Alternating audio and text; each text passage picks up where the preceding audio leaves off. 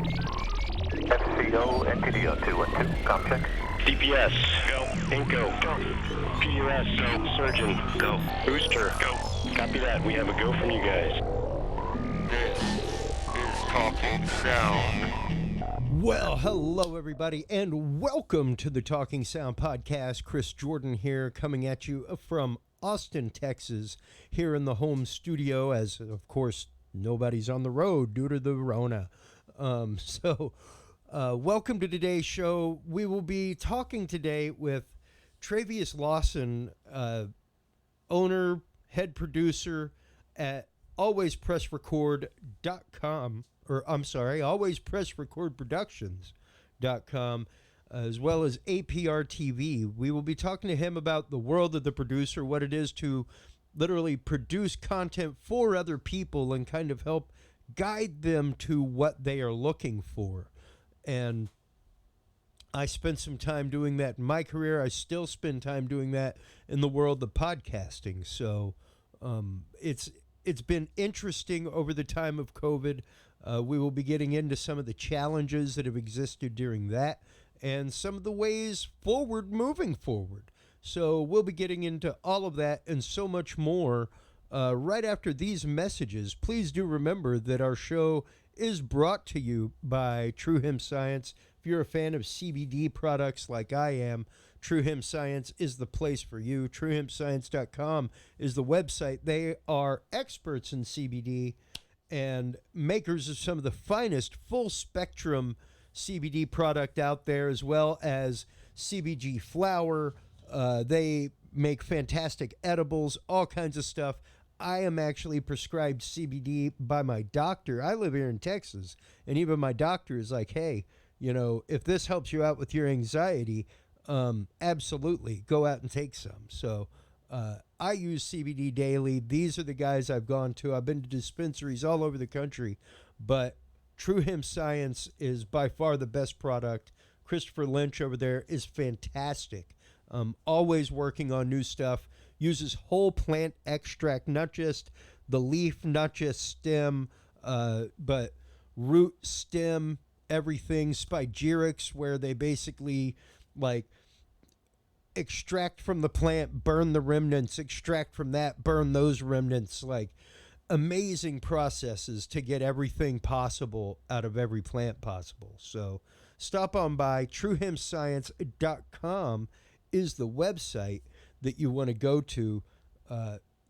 Talking 20 is the code that you want to use, or I'm sorry, Talking 7 is the code that you want to use to save 7% off your order of $50 or more, as well as getting two edibles in a pack, either cookies or brownies, your choice. You get either one for free. So TrueHempScience.com is the website that you want to visit. Talking 7 is the code that you want to use. Speaking of codes and all of that good stuff, we also have a commercial here from our sponsor, Podcast Cadet.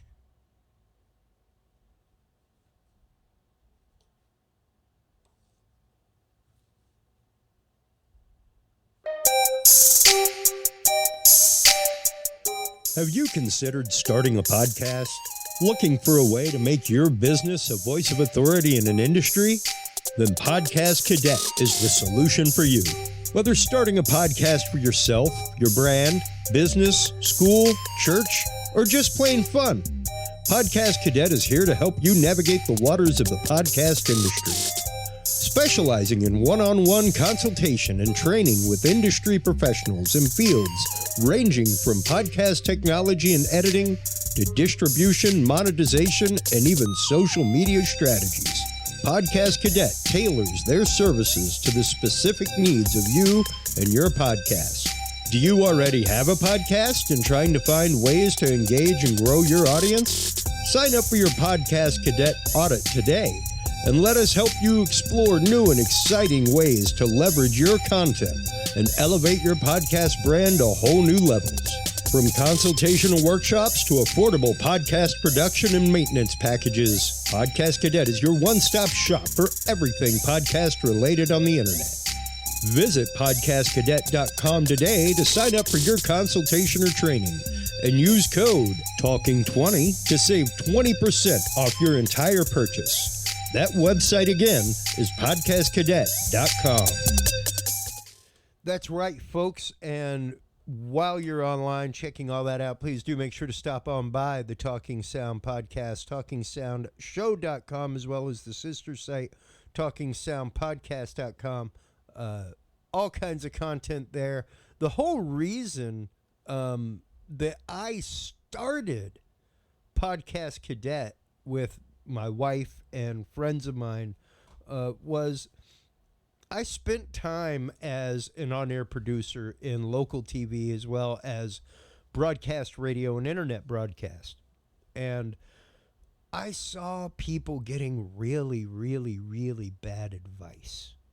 Whether it was from sound and production on that end to branding, marketing even, where it was like, man, it was kind of that concept of you wanted to start a band, so you listened to your buddy that was in like 8 bands that failed, you know?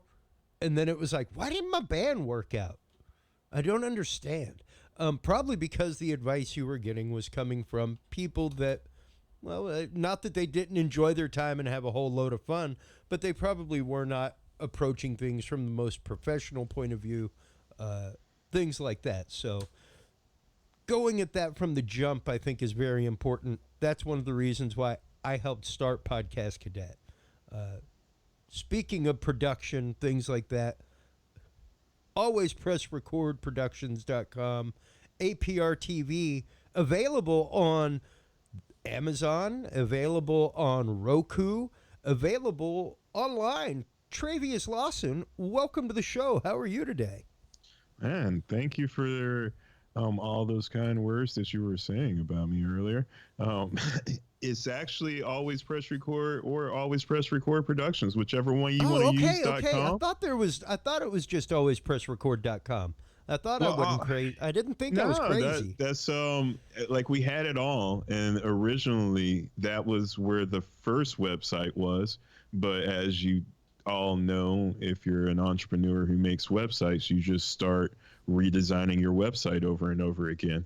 So that's how Always Press Record Productions started, because that was the original name when we went for our DBA. We're actually now a corporation. We're Always Press Record Incorporated now. Nice. After just growth and figuring that we got to do more and more paperwork to protect everybody involved. So it's always a good thing to see the evolution of your name, of your product. And now we actually just go by APR or APR TV, depending on which room we're actually in and with the right people. You know what I mean? Yeah, exactly. And I know my other podcast, Dudes and Beer, is carried on APR. I believe Talking Sound is as well, correct? And you know what? It actually is. Dudes and Beer is actually on the live stream on Always Press Record as you speak. It's on there actually quite a bit because of the amount of episodes that have been on the channel since we formed that relationship a long time ago. But yeah. And we actually met through production and through mutual podcast production. And that's the funny thing, is that my first ever person who said yes when I was starting my company interviewed somebody who was working with HC Universal Network and the whole shebang over there. And I was like, man, we need to talk, just because we're kind of doing the same thing. And I think I was calling you at the end of my day at work, and we had so much conversation between you and I that I think we went on for 45 minutes, if not, and just knew that we just had to talk again. And now we've talked so many times since then. You've come into Houston, and I've appreciated it. You have art of mine, so like I'm really happy to be here. I get compliments on that art all the time, actually. People are like, wow, that's really cool. Who did You that? know, Amazing stuff. You are, as most producers, a multifaceted individual, and it's weird that you say that, and here's the reason why. My mom, she always cautioned me as I was like collecting all these little bits and baubles that I do to never be a jack of all trades and a master of none, right? But like sure. I'm literally thinking about getting the suicide jack tattooed on me from the card games, not only because I love poker, but also just because it's like that jack of all trades is the reason why I've become known as trade a producer. Yeah. And it's just because like, man, I had to learn how to light. I had to learn how to film. I like, unlike most people, when they heard podcasts, they thought audio. And for me, I was like, podcasts, okay, TV, because that's the only thing that I know and love. And so we filmed everything, and I was a horrible director, but I just kept doing it into where I learned how to make something look good. And then I learned some tricks around the trade. I learned how to make it easier, if you will. And I can tell you how I made it easier. And it was just by, you know, a lot of my podcast that first year, I made 352 in 365 days, 352 podcasts. That's my claim to fame within the company. Is the reason was because like I was just determined to do it. So where I had a camera that was a Sony, I couldn't really afford it when I got it, but I got it. And my other partner in this game that we play over at APR, DeAndre, he said, well, let's just keep going. And I end up using my cell phone as a backup because what I didn't know at the time and what I figured out from using these cameras is that these cameras aren't meant for a 45-minute, hour and a half podcast. You know, that's how we do it. Like Yeah. we sit down and we talk. Oh yeah. And these cameras weren't meant for that. But, you know, you go on to YouTube and that's where we all learn, which I think is going to be a detriment here because very few people are trying to deviate from the YouTube look and feel that it's affecting us as filmmakers. And I do consider myself a filmmaker at this point. At this point, I do. What do you mean by that? I just want to, before we move on, what do you mean by that YouTube look? Okay. All right. So anybody who's watching this or listening to this is what you're going to do when you first say, I'm going to start a podcast or I'm going to start up a YouTube channel, right? You go over and look over at other people that you either subscribe to or what, right? And either you're going to go on to Amazon and start buying things if you're that affluent to be that person, or you're going to start with what you have around you and try to emulate that, right? Everybody's trying to use the rule of thirds. But why would you ever deviate from the rule of thirds when most of the time you're filming somebody literally talking to you in front of a stationary position of a microphone, right? Nobody's really playing with the camera and trying to find new angles. When I was in journalism class, one of the things that still stick out in my mind 30 years later, it seems, even though I'm not that old just yet, is that we watched Citizen Kane. And Orson Welles, because he couldn't get the camera low enough, he took out an axe and started chopping into the floor so that he can get the camera into the floor so that he can get the angle right. Yeah. That has stuck with me for some reason. And it's just, it wasn't until I actually tried to film something that I understood. It's because you got to get that shot that's in your head or it's going to just needle at you. And so people aren't trying to do that because people are trying to get the most views. They're trying to make the most palatable content, the most palatable look, the most palatable lighting. Nobody's trying to experiment. Everybody's trying to be the same because everybody wants the views so that they can get monetized, so that they can get the numbers, right? Yeah. That's the game that many of the people who come to both of our companies, they come to us and sit down and ask, well, how do I get monetized? How do I get this, right? Yep. And That's everybody's thing, you know, because it's just like we say in the AV industry all the time, in the world of live corporate AV. Hey, I'm only doing this till my album drops. well, I was once one of those people who were waiting for the album drop, so I understand wholeheartedly. Yeah, because once the album drops, like Dream starts, right? That's what we all say, right? Once you hit publish on that file, be it YouTube or, you know, Libsyn, what have you, not sponsored by any of them, folks. You just sit there and pay. You wake up in the morning and there's like money in PayPal, right? That's how that works. I wish it was that easy, but it's never really that easy. I mean, like, but now you're crushing my dreams, Trey. And is that the job of a producer?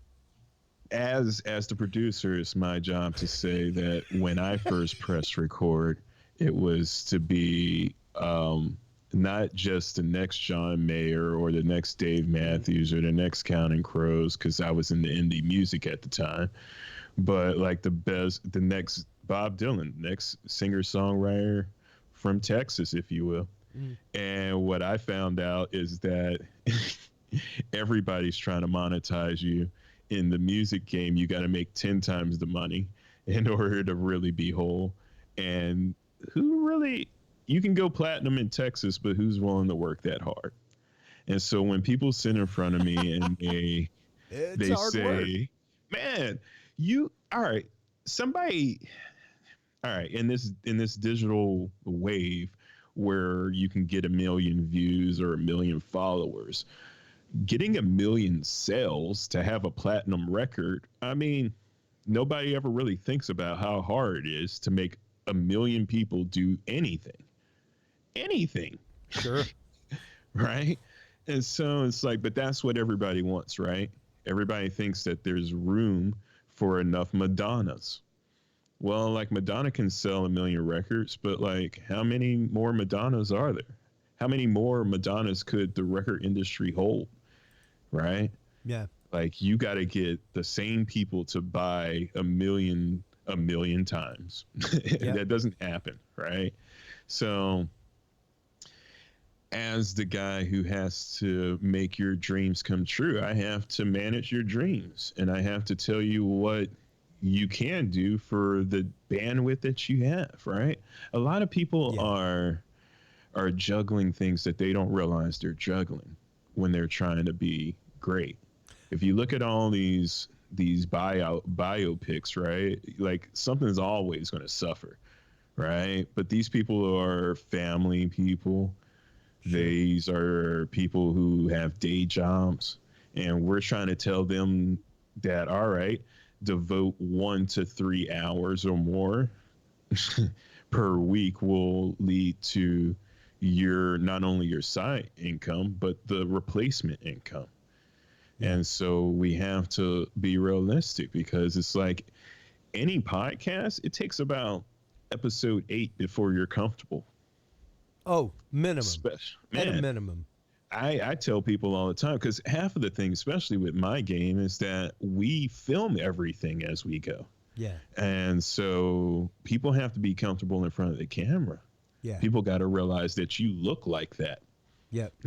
Well, and it's kind of, I mean, even in radio, it was the fact of, you sound like that. You do. Man, So that was the hardest thing to that's realize. okay. When I realized what my voice actually sounded like, it was one of the most embarrassing things ever, because I was the singer of a band. And so, like, you know, like you hear yourself and you're like, you can't put any reverb on that or something. So it's like, Can you it's put one of those 2 things. reverbs on there for me? Oh, it's, That's my vocals. you know, that's the thing about like being a producer is crazy is that you have to be able to recognize people's insecurities and not point them out to them.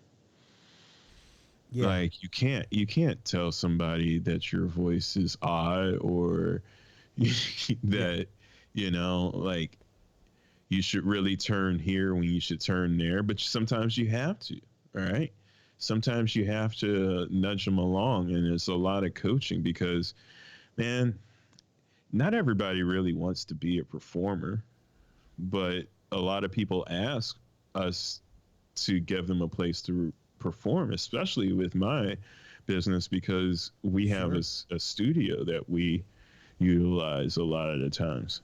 And so, like, I provide a stage for people. We're actually about to branch out into live music. Thankfully, that things are opening up, so to speak. Great. And we're going to be doing showcases in the Houston area, and that's bringing me back to my musical roots as we provide that content. Because that's the thing, man. When I started Always Press Record, we were about the podcast, and it was about making the best conversation possible, right? And then it evolved into where I had a roster of shows. At the time, it was 12, and I thought that was a lot.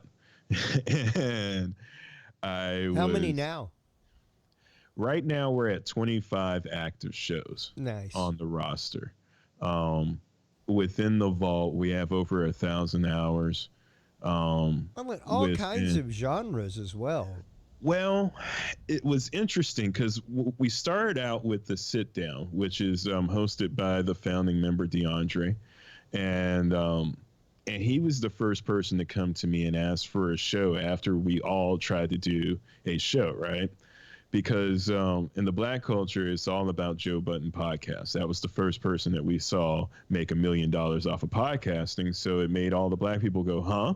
What is this podcasting? Let's do this. If truth be told, if you ask me, the reason why I know about podcasting is because of Kevin Smith and Smodcastle and Smodcasting and all that stuff. So because I had known about Smodcastle over in New Jersey, I just naturally, I don't know, I think that was like the first seed of making what Always Press Record is, which is like the place that everybody comes by and does their thing, you know what I mean? And so when people came by and was like, can we do the Joe Budden thing? I was like, yeah, I'll be a guy on that show and sit down with y'all. And then we did 27 shows before we finally just fizzled out, right? Because here's the thing about doing podcasts. You're signing up to do at least one show per week for the rest of eternity. Could be.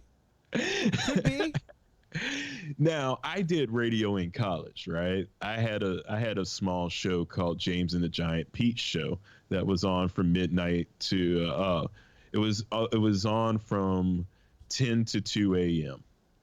And we had fun with it, but I understood what a weekly show was, which was like you just do this to eternity, and it's either you love it and enjoy it and embrace talking into the microphone, or you don't, right?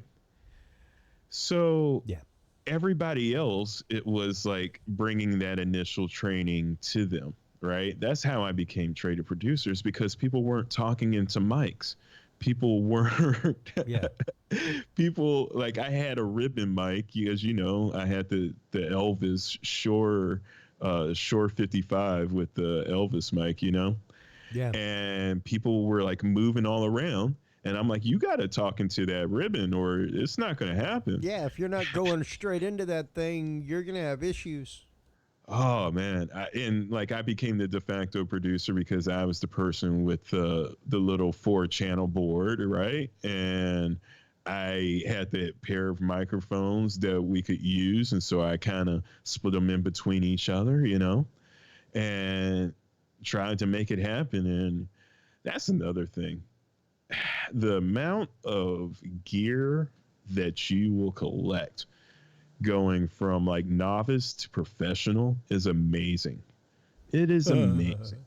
The price point changes crazy as you keep going up into levels of legitimacy. That's what I call it. Levels of legitimacy. Well, Where, it's like, definitely the fact of once you hit certain points, be it career, what have you.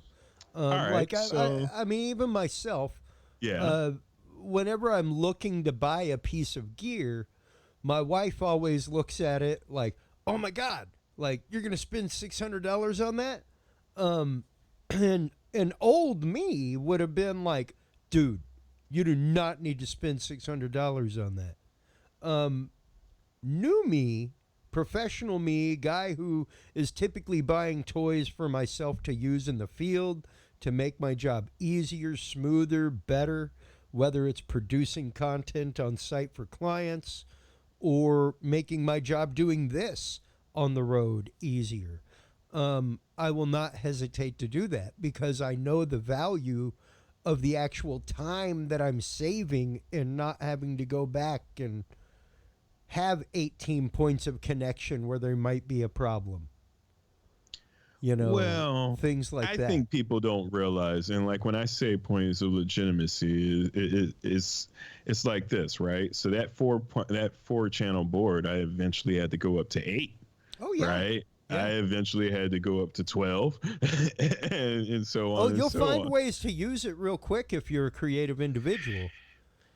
That's what I found out. That's what I found out. Like even from, and a lot of it is, it, having the experience, you realize why you need those 8 channels and why you need those faders when Yeah. and why you need certain preamps and things like that to power the mics that you have invested in.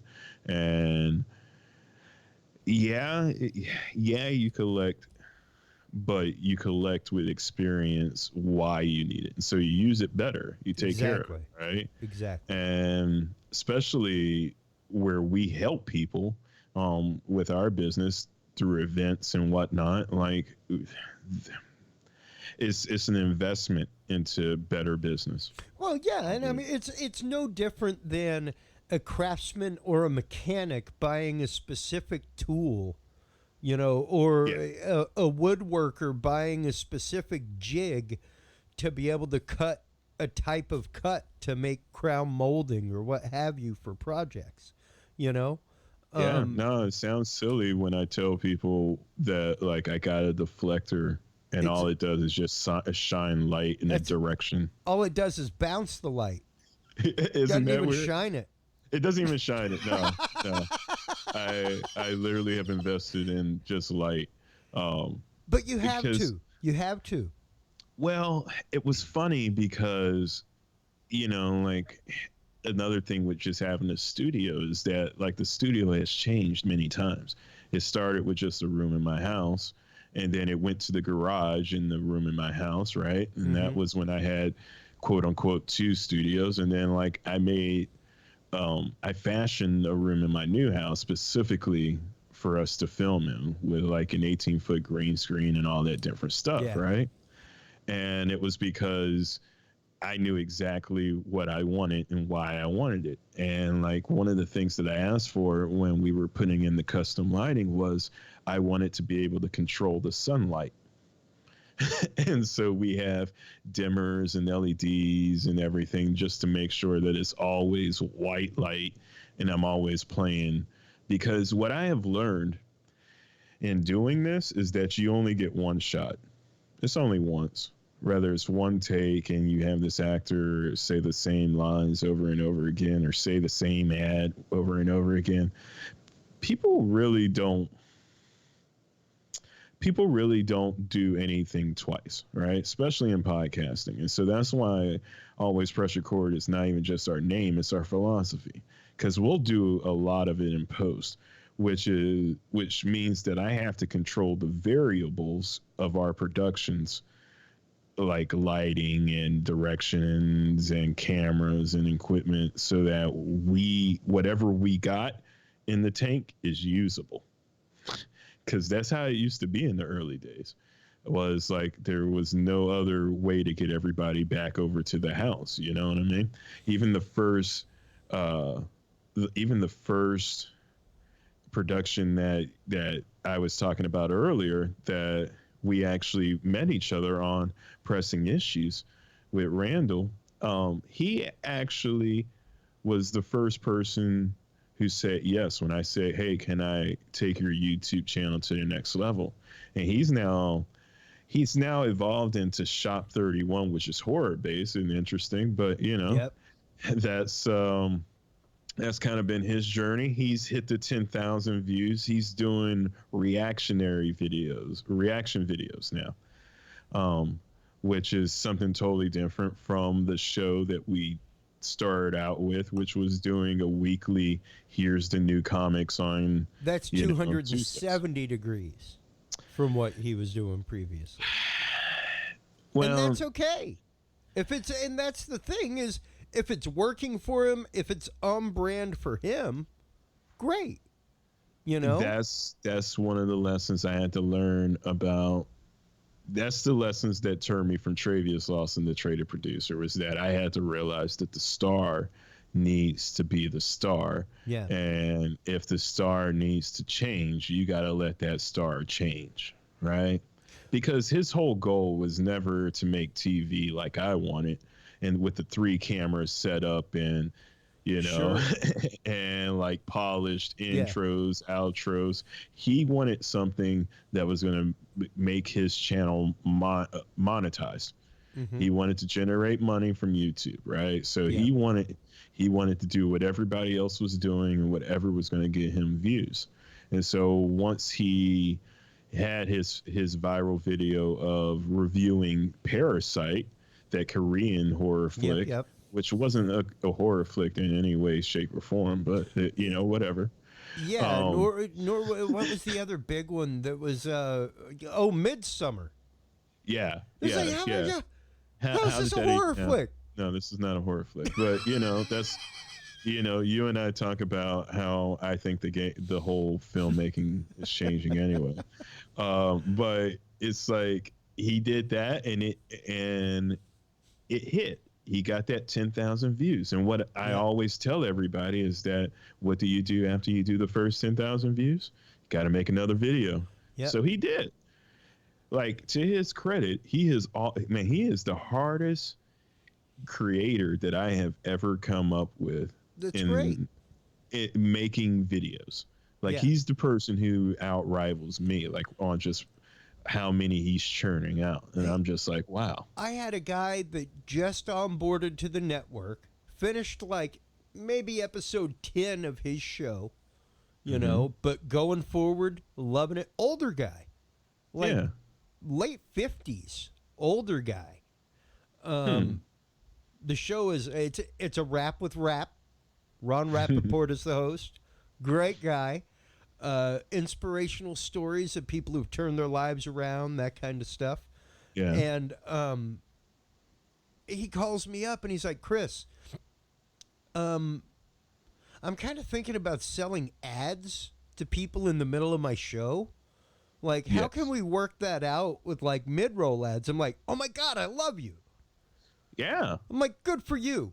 He's like, are you serious? I thought this would be a problem. I'm like, No. Like I said, like whenever you joined, if we hook you up with the sponsor, we get a percentage. Aside from that, if you find something or sell ad space on your show or your website, go make that money, man. Go do it, and we will help facilitate you doing it.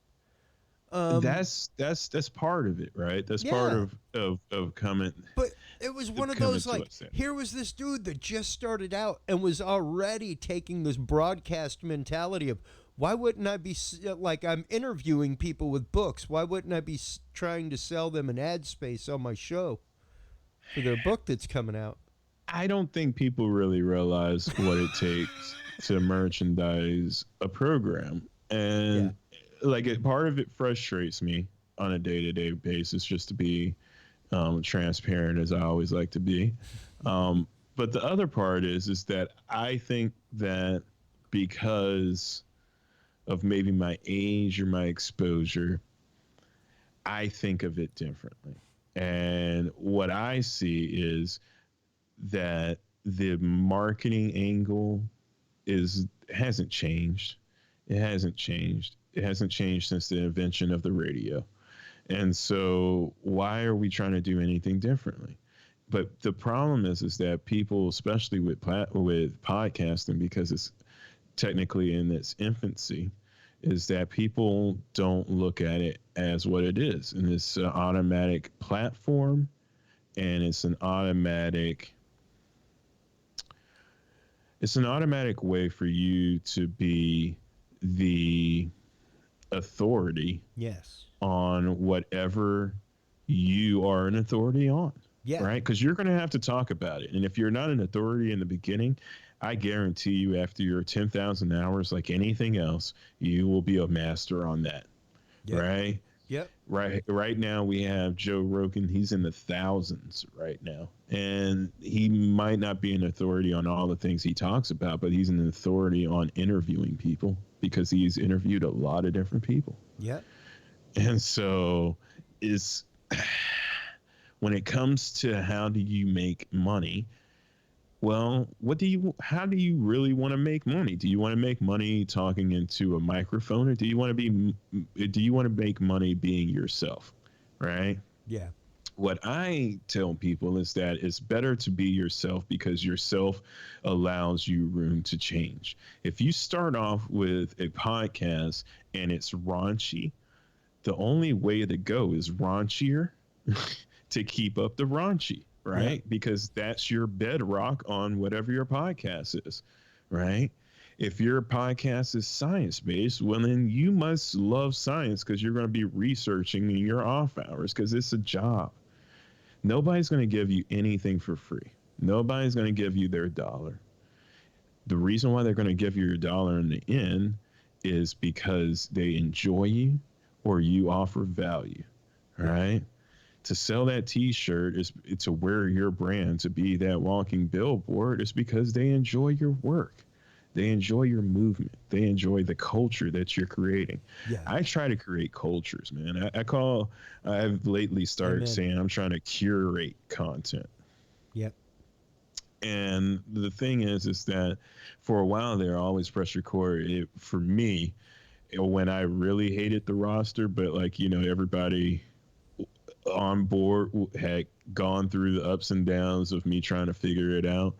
It was for a while there was like, if you were a minority and you were talking about mental health and mental health awareness, then you were on my platform. Yeah. And so I was like, even though I love the topic and think that it's an important topic, I want to talk about comics. I want to talk about animation. I want to have things that my kid might want to watch because my kid actually started APR Kids. Like everybody else, he saw Ryan's Toys review, and you live in my house. I'm like, why are we worshiping Ryan when we should be the ones that everybody wants to be like? Yeah, we should be the ones people are sending free toys to, man. You know what I mean? Like, why am I paying for toys, am I buying son? his crap? Well, like I did. I bought one of those eggs, man. And like what I realized, because my entrepreneurial mind is that she went over to Japan or China, went over to the flea markets and then just got a whole bunch of dollar toys, right? And put it into one container, which is this magical dinosaur mystery egg, right? And packaged it. And then sold it. And now she, because his mom, there's a whole YouTube about it. Like once she got that first viral video, she knew that she didn't know how to do this. So she hired a producer and somebody to edit their stuff. Right. That's what she did. That's what Ryan's mom did. She was like, just started going, well, I need an editor and I need somebody to come up with ideas. And yeah. Now they're Ryan's Toys review with like their own little network and they're on Sling TV and yada, yada, yada. Yep. Well, I was, I see the dots like everybody else. And so I'm over there like, no, son, like we need to figure out our own thing. And so that's how APR Kids started. And now we have Mr. Pete's Playhouse, which is, despite its name, I really, it's one of those things as a producer, you can't really change, you can't change certain things. But Mr. Pete's Playhouse is actually for preschoolers, and it's a sing along, like Mr. Rogers' Neighborhood type of thing. Yep. And the holiday special is great. It's gained steam, and I didn't realize like how we had stumbled onto something until my daughter had played the app, because now they have an app on Amazon and Roku as well, and she started binging it and singing along with it, and I was like, oh, this is kind of interesting. But it's done by two Caribbean. They're from the Virgin Islands, and they're actually preschool teachers, and it's a producer and a star who came over to me through DeAndre, actually, because that's what DeAndre does for APR. He brings in new talent, and like when I first watched it, like I'm 40 years old, man. I'm way out of touch, but when my little 5, well, now she's 6 years old, when she saw it, she saw gold. And so, her and her brother, they make the APR Kids decisions. And so now they're on the network as well. It's a very interesting thing of having to balance this day job, side job, and home life amongst it all. Because, 90% of the time people are coming over to film podcasts. That was one of the things about COVID when it hit. The studio closed, and the business changed. I think that's something very, very, very important to point out before we take that divergence, is that you still have a day job, Traveus.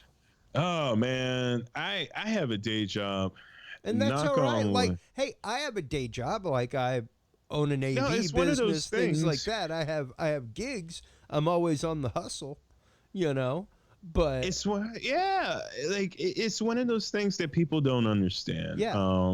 Because but I do not make my living off podcasting or from podcasting or from podcast listens, downloads, plays, monetized content. Someday, perhaps. The thing is, I love my content. I love my shows, and I have my shows because I have missions in my life. I think now I like the amount of shows we've made and developed and archived. But as I was going through it, I was just pushing so hard for a goal of other people's, if that make any sense.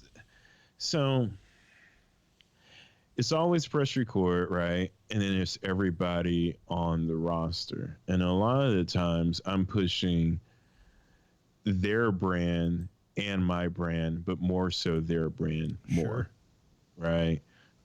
That's one of the things as a producer. That's the reason why now, as we started going into this incorporation model, I'm starting to bring over people and bringing in people to where the board of directors or board of workers and departments are starting to formulate, because certain things need to happen in order for one of my active roster feature creators, as I like to call them, for them to do well, right? I want them to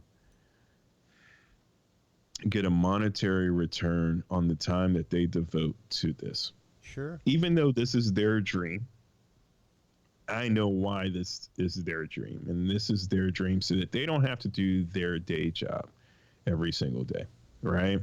Yeah. For me, always press record at the moment when somebody came to me and said, hey, do you want to be on this Joe Budden knockoff show, right? Yeah. It was a way for me to have a distraction from a job I hated, right? And same reason why most folks have a band. Oh, definitely. And that's why I was probably in the band, because I was serving coffee over at Starbucks and I hated it. And so it's like, man, no shout out to Starbucks. Let me just put that on there. Yeah. So, like, Yeah. and so for them, I understand when people are coming to me, right? And so, like, for me, it allows me to be more lenient into trying my best when they're involved, right? Sure, sure. And you Um, know, a lot of it, especially for a producer, is like we were saying a while ago, that encouragement, being that pushing force, that driving force, that coach that's always like, "Hey, man, we are so close to things right now." man, I like a coach though, man. And Nobody asked to be a producer, bro. Like, nobody has ever said, you know what I'm going to do when I grow I'm up? gonna be a I'm going to be a producer. producer. Well, you know, and it really is. It's It's an interesting hat to wear because it does come from having multifacets. It does come from being able to look at things in a multifaceted aspect and being able to go, you know, this is something that we need. I know somebody that we can connect with that. You want to know You why I know, want to be why I chose producer as my trade, a producer thing, what's when that? people were coming up with things? It's because I saw this movie called Wag the Dog. Yep. And in that movie was like the first time that a producer was ever really explained. And in that movie, he was like, we just get things done. Whatever the problem is, we just get it done. We don't ask about it. We don't ask why it happened. We just get it done. What needs to be fixed to get the job done so that we can have the show go on, because the show always goes on, bro. It does.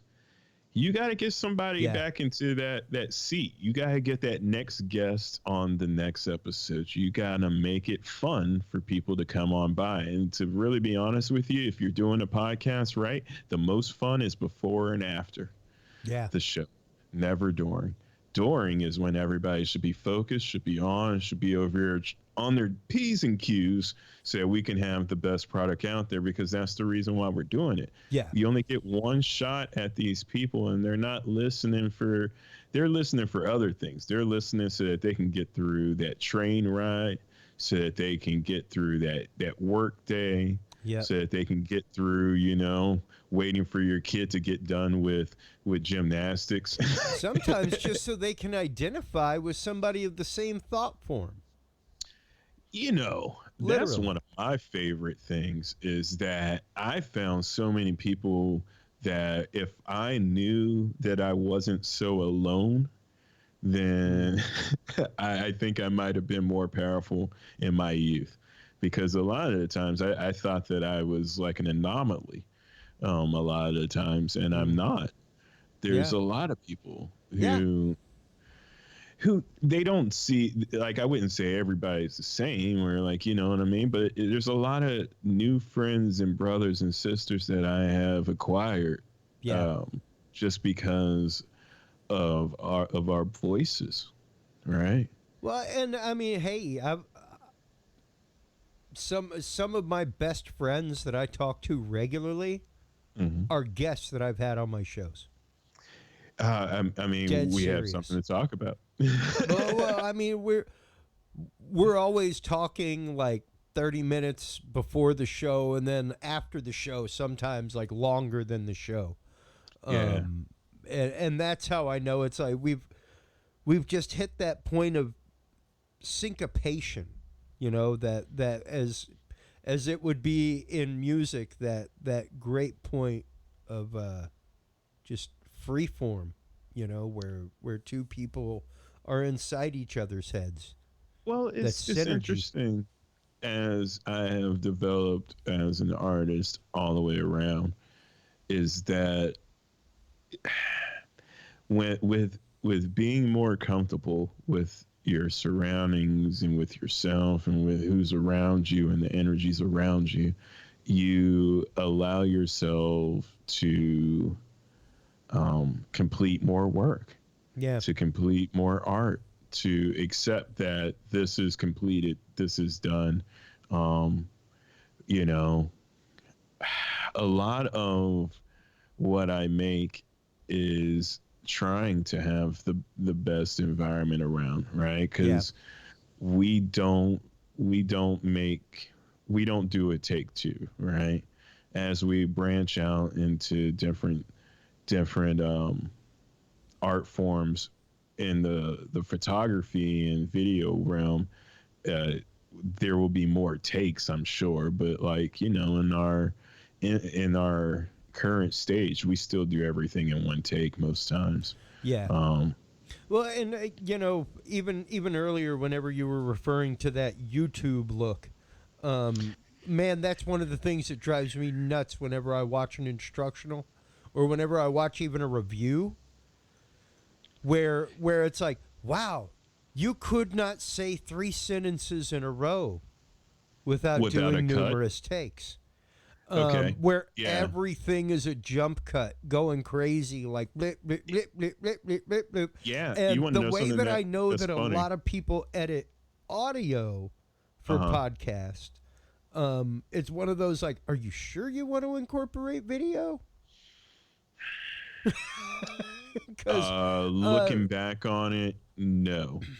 Uh, I would not have, but I did out the gate, and that's because we only had the well, main audio there's a that we certain had was from the clientele webcam. that's all about the video and stuff like that. And if you've got good engaging content, It's absolutely. hilarious how you were saying about the jump cut, because that's Ooh, one of my ooh, I issues, can't man. do it. It's funny because I cut so little that Yeah, my go-to transition is the dissolve. And so like I same purposely have here. made that my, like, you know, when I did it, because there's like 7 dissolves all throughout. You know what Yeah. I mean? Like, if there's something else, then you know I didn't do that. Hey man, And I come from the world of broadcast, and you know yeah, what? That's what B rolls for. exactly. That's when you Man, throw a nice shot of the hands, playing with the product, do and whatever.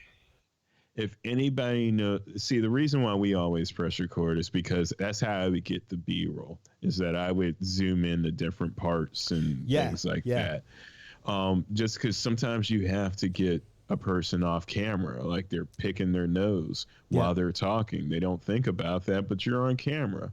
yeah, Like, yep, it's things like that where, looking back, I made it harder on myself by saying, well, our first camera here was a webcam, is how we did the first show. wow. And so that's how we Well, got the audio. Like, that's what I'm saying. It's like, when I and say always press record, I mean at all times, under every yeah, circumstance, hey, get it on film. and do whatever you got to do. Like, whenever I've interviewed professional audio engineers on here, they've always laughed because the tagline for this show is where -10 was a number to be desired.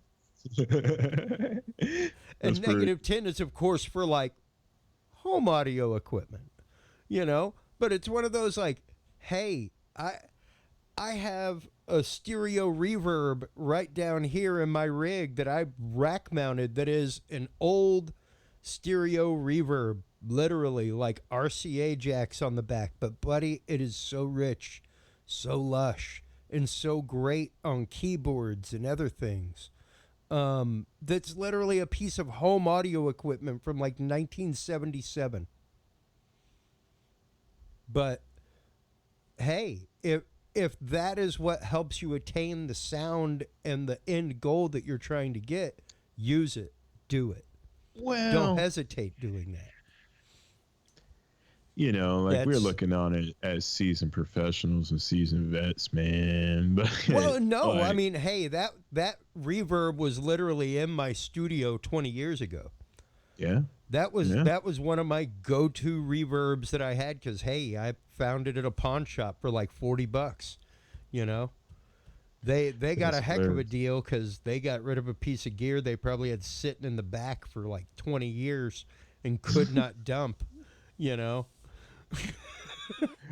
Yeah, that's exactly what happens. But it's amazing the amount of gear that you'll get, man. but Like, oh yeah, yeah, and but it's the fact of don't be afraid to use it. And that before we let you go here in just a few minutes, that's what I wanted to spend the last few minutes talking about was for those producers to be, those content creators to be out there that are looking to work with somebody like you in the future, that are looking to possibly work the way that you do in the future, even doing some of the stuff I do. What would be the three go-to tips that you would tell them as, let's just say, as a video creator? as a video creator, there's the three things that we always say when you first come on or when we first bring on somebody, and it's audio is more important than video. Yep. Because people won't listen to bad audio, but they will watch bad video. Yep.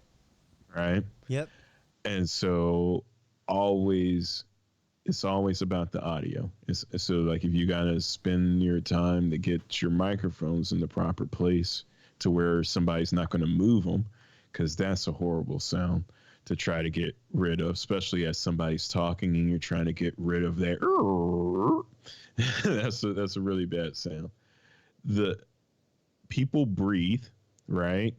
So when I say good audio, it's not getting rid of every single breath sound as people are doing on YouTube right now. Oh, because people breathe, man. People breathe. People, hey, you know what? Once again, live broadcast world is what I came from, especially radio. And you know what? Mm-hmm. People say people stammer. That's okay. That is a normal course of conversation. Would you get aggravated with somebody if you were sitting there at Denny's having a friggin' omelet and they just brain working so fast you just can't catch up with it? A side pro tip is silly that them for being human. Well, the ums come because they're trying to think as they're saying it. And if you're having a good conversation, then yes, those ums do appear, right? Yeah. But you're not so much thinking, you're sharing, right? Like you should be sharing on a podcast is how I feel, rather than trying to think of what you're saying. Just because nobody has time for that. That's what pre-production's for.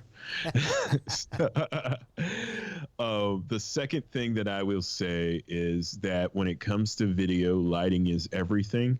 So learn how to light a set. And 9 times out of 10, you need less light than you really think you do.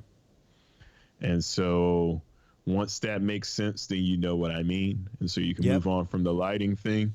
And the third thing is always press record, because you need B-roll, you need C-roll.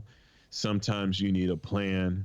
And what I'm seeing right now, and what I'm really having trouble with, just because I am hiring creatives to come and be a part of this movement, I am bringing in limited properties just because we have maxed out bandwidths on our platform on the Amazon side. So like it's now a precious real estate for all my creators. So I want to give everybody equal opportunity. So like when I say limited, it's not limited, but you know, we are choosy. The last thing is that people are making promo videos, right? And music videos. That's where people are cutting their chops right now. Sure. Thanks to YouTube, right? This is how I'm saying that YouTube's changing everything, because it changed it for me. It started me from just being a guy with a single podcast to having a network, right? Yeah. All with YouTube. I actually say that YouTube should be used for copyright purposes many, many times. I suggest that. But once I looked one day and saw that YouTube paid $50 million because their algorithm was skewed away from the black and brown creator. Well, my network is 40% black on TV, and behind the scenes, I would say 80% black. So that was not, that means that they were literally skewing away from me. And so that's where you can't I have that. wanted to replace them for all intents and purposes. And so for us, it's about making something that's worth it to get away from, right? And now everybody is, they're trying to make the promo video. Nobody is trying to make a series. Nobody's trying to do the web series anymore. And if they do, they're trying to make it for the YouTube audience.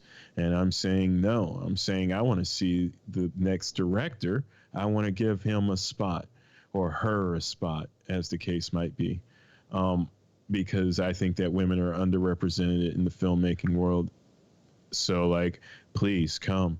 I'm also looking over at Nollywood, which is Nigerian based, because I think that they are going to rival Bollywood pretty soon. And I think that that's a market that we should tap. Some amazing creators. Amazing creators. Here's the thing that I'm seeing, man. Like, there are people who are making things that nobody's looking at right now, but one day they're going to realize what's different. I watched a show that's basically based out of Canada called Letterkenny, and I think it's hilarious. My friends think it's hilarious, but everybody, including people I know in Canada, they don't really know it yet. And it's still like a good band where it's a best kept secret.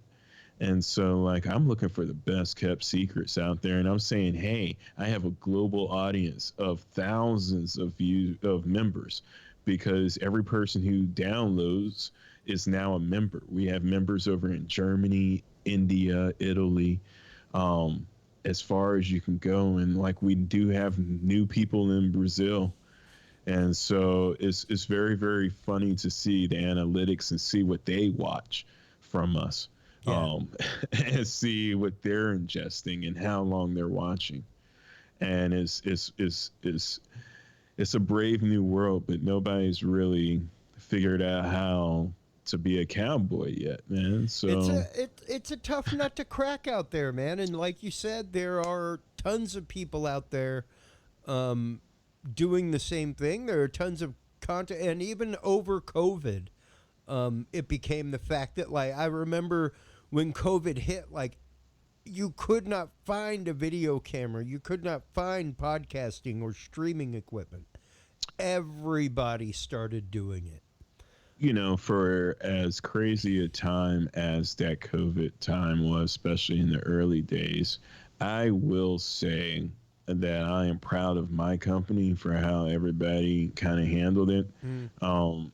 Like, that whole, like, still to this day, this whole period of time has been like rough. We've lost some people, yada yada.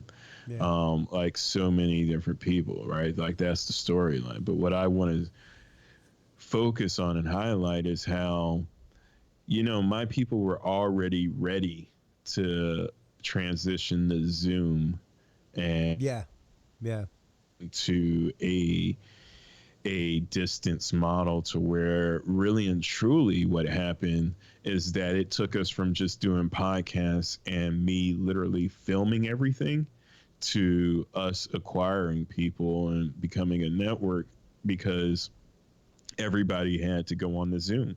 So what did we do? We started to brand it differently. We started to make it look better than what other people were doing with their Zooms. And so, whereas most people stall, right? There's a lot of people who have video cameras and microphones. They've been in the house. They've been unable to do it. But over at the company, we've been able to keep going and expand. And despite all the challenges, the way that we handled this distance production has been amazing. Yeah. Because Hollywood stopped. And I knew, just as a content creator and as a person who wants to conquer TV in many ways, I understood that with nobody filming, that people were going to run out of TV. And so as people have been running out of TV, other people have been coming to APR TV, and I appreciate them to come into Always Press Record because they've taken a moment and seen what we've created as TV. And, Dues and Beer, for all of the different topics that you might find, they get plenty of views, and there's a large audience who enjoys it along with myself because I ingest all of the content on the apps. Yeah. As that person who is quality control as well as many things. And that's the thing. You gotta be able to wear many hats if you're going to play this YouTube game, people. If you're going to play the podcast, YouTube game, production game, live streaming game, you really do need to be ready to wear a lot of hats, and you do need to be ready to at least have a technical grasp of things, and where they're going and what's happening and technology necessary to make it happen. So thank you so much for taking the time and coming on and talking about all this, Trey. No, if I could just leave with one more thing, go ahead. To the producers, because I've said it a few times. Nobody grows up to want to be a producer, but for those who find themselves in the position, because it's a position of leadership that should be embraced once you're there. Yeah, is it's not always about you. It'll probably never be about you, but you got to be able to make sure that the show goes on. And that's going to be the hard job.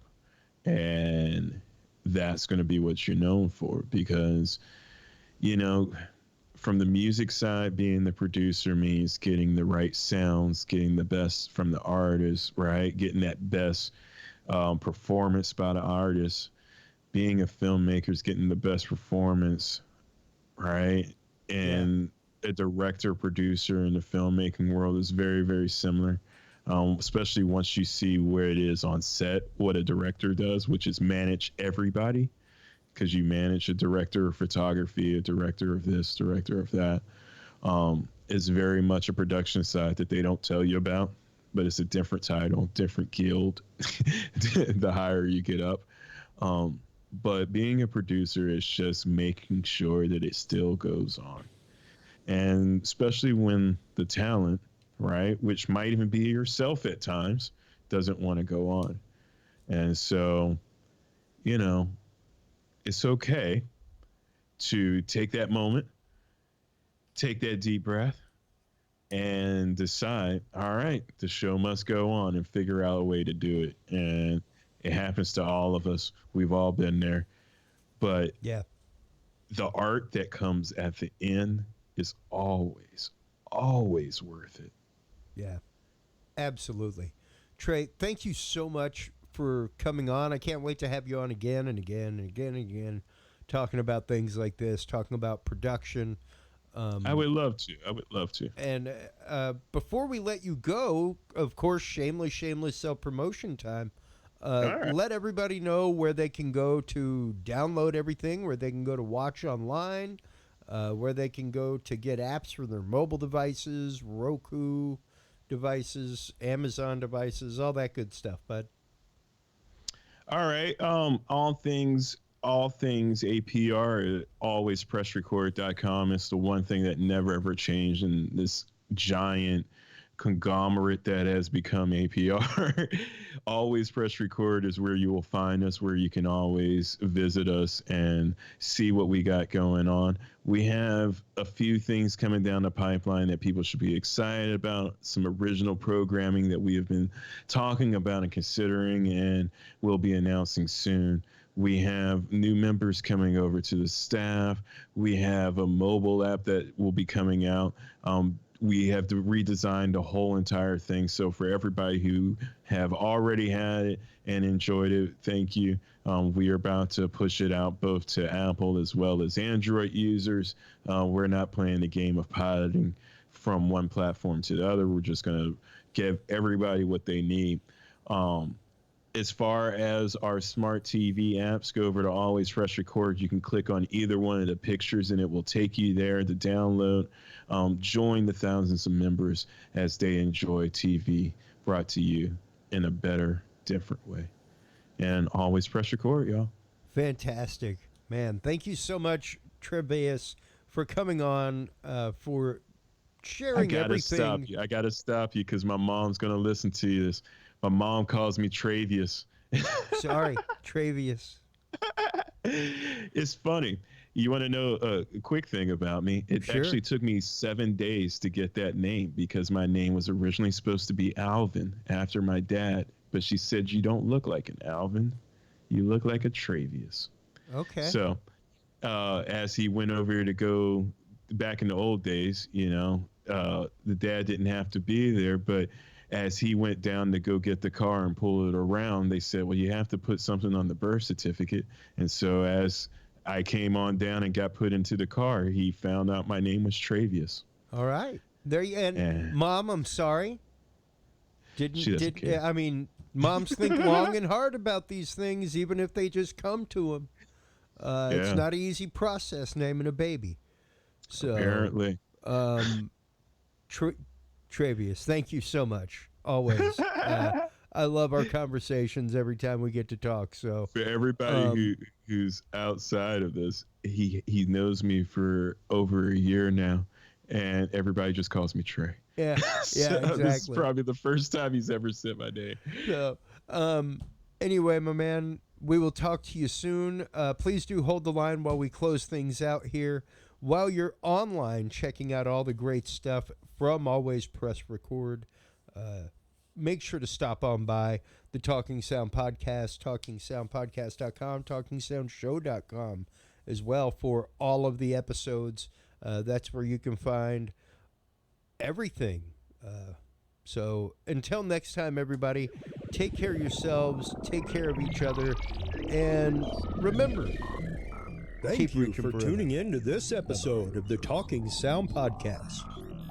For more episodes, industry news, and information, visit us online at TalkingSoundPodcast.com. Subscribe to the Talking Sound Podcast on Amazon Audible, Spotify, Spreaker, SoundCloud, iTunes, or your favorite podcast service. Get the latest Talking Sound videos on Facebook, YouTube, Twitch, Reach TV, or your Roku or Amazon Fire device with the APR TV app. Talking Sound is a proud member of the HC Universal Network family of podcasts. For more great shows and content, subscribe to hcuniversalnetwork.com today. Until next time, watch those meters, gig safely, and keep reaching for 11. This is Talking Sound.